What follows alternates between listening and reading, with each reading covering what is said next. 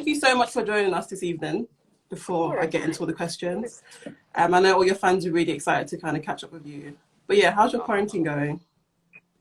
It's good. It's been interesting. I've been trying to weed whack my way through a list of tons of movies that I'm trying to watch. I've been trying to learn French, which has been quite unsuccessful, but then I've been hanging in there, just trying to keep busy and like do what I can and play with makeup. I don't know. We're all just trying to like figure out what to do in this weird time. So yeah, I'm trying to just stay sane.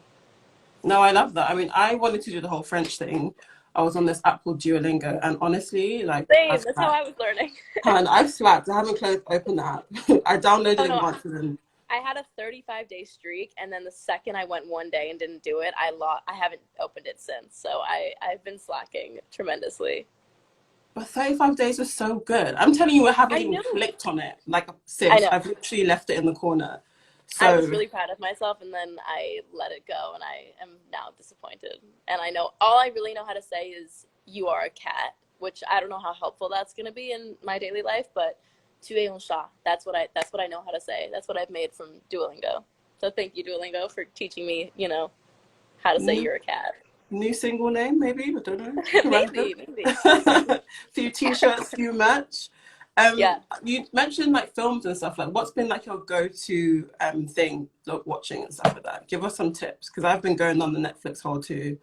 Oof. I love like okay, this sounds kind of stupid, but my favorite thing to do is to literally go through like the worst horror movies and just watch the trailers for them. Like I just love watching horror movie trailers. I don't know Mhm. why, but yeah, I mean like it's just like a fun rabbit hole to go down. I haven't really watched like I'm trying to think of new movies I watched. I watched this one called Vivarium, which has like Jesse Eisenberg in it, and it's a super cool plot. It kind of disappointed me slightly, like wasn't really that fire, but it was a really cool concept that I don't think was executed that well.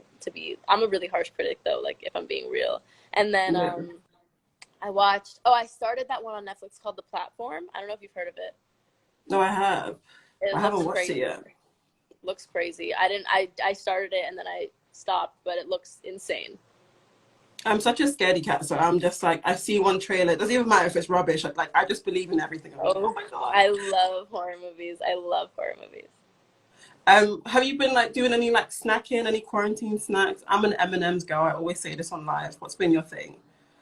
Mm. Sour straws.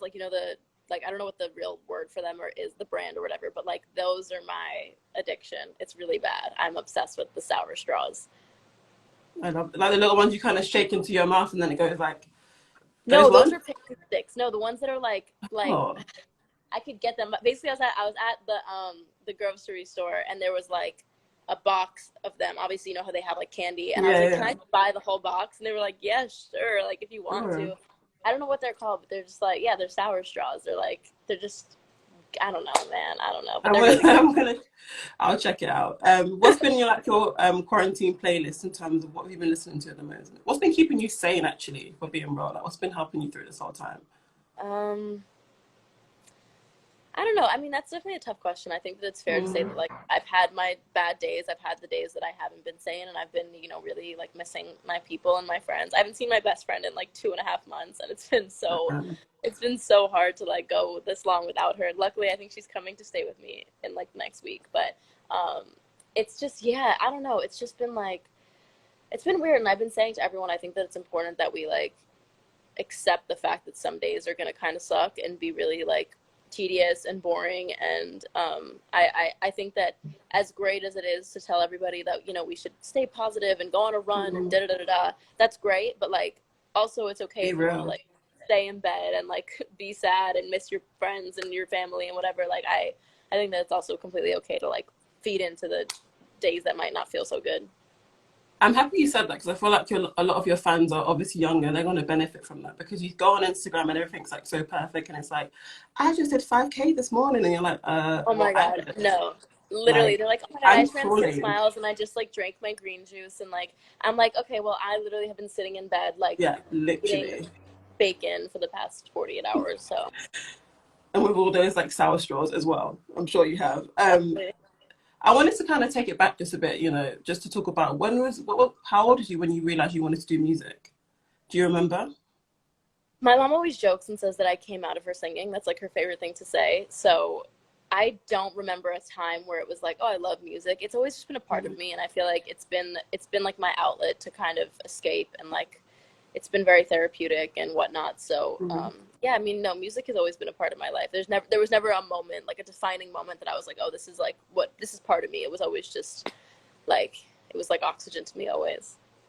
I love that. I love that analogy. In terms of just See, like, my mom just commented and said birth.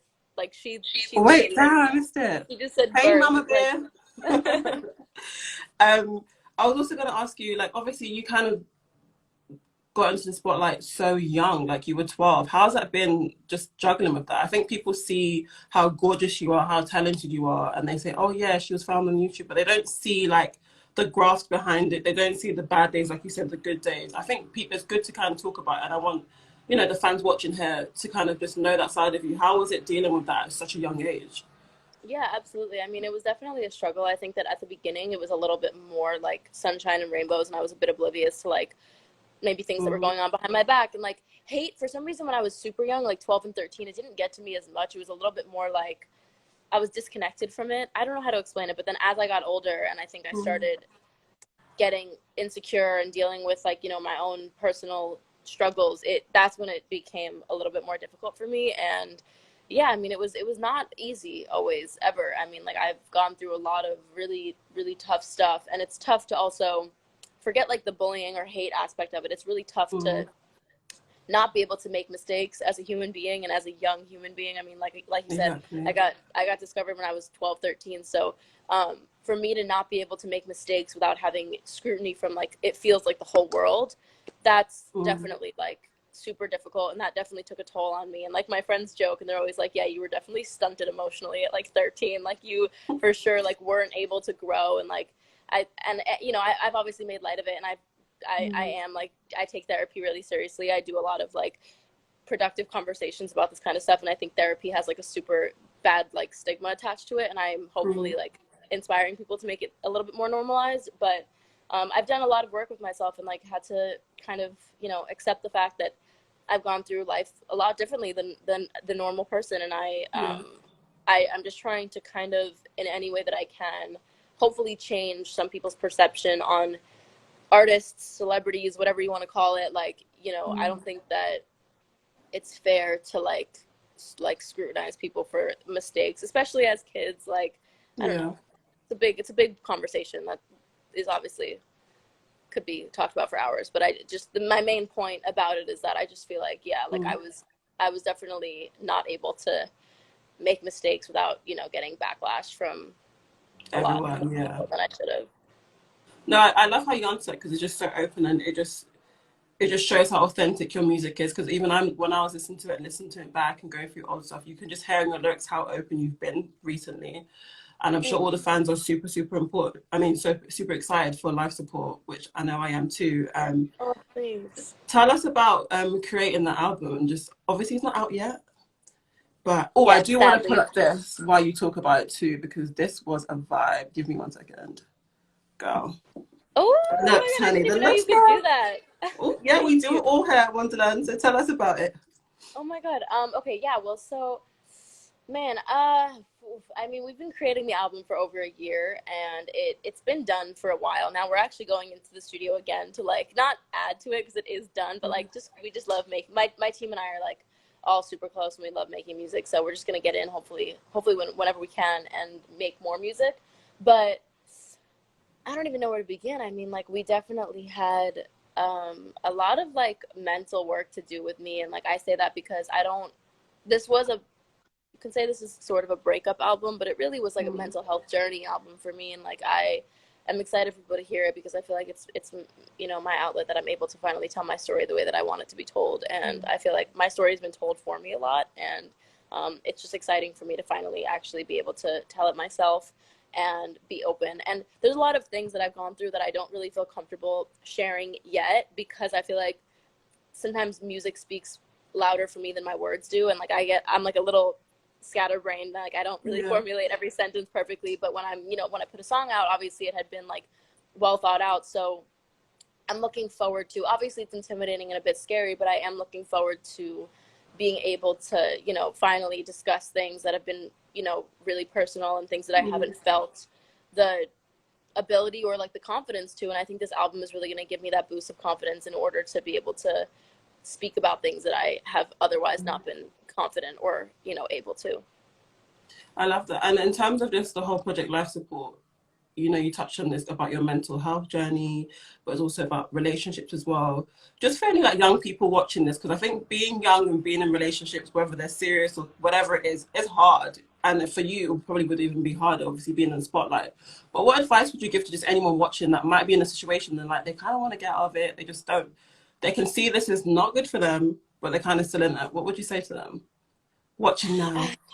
It's so tough. I mean, like, listen, like, Mm, I feel like we've all been there. We've all had those moments and those experiences, relationships, friendships, even. Like, there's a lot of yeah. toxic friendships out there, whatever.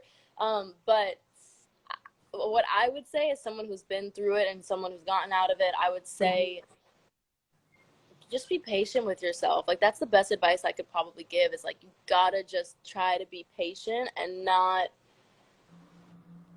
rush. Like, it's completely normal and okay to like go back and forth with how you feel, and like you don't need to cut cords right away, and it's not like a snap decision. Like, I think you just got to be patient with the situation and with your heart, and like unfortunately we can't always control how we feel. And Yeah. so yeah, I think just being patient with yourself and like taking it day by day is probably the most important thing, and knowing your worth in every aspect is just like it's a So journey. And important. like once you come to it and once you know, really, like, you know your worth, that changes the whole game. And like for me, that's kind of where I've been lately, where I'm just like, I know that I deserve the utmost respect and love, and someone to hear me and make me feel seen. And that's the things that I value.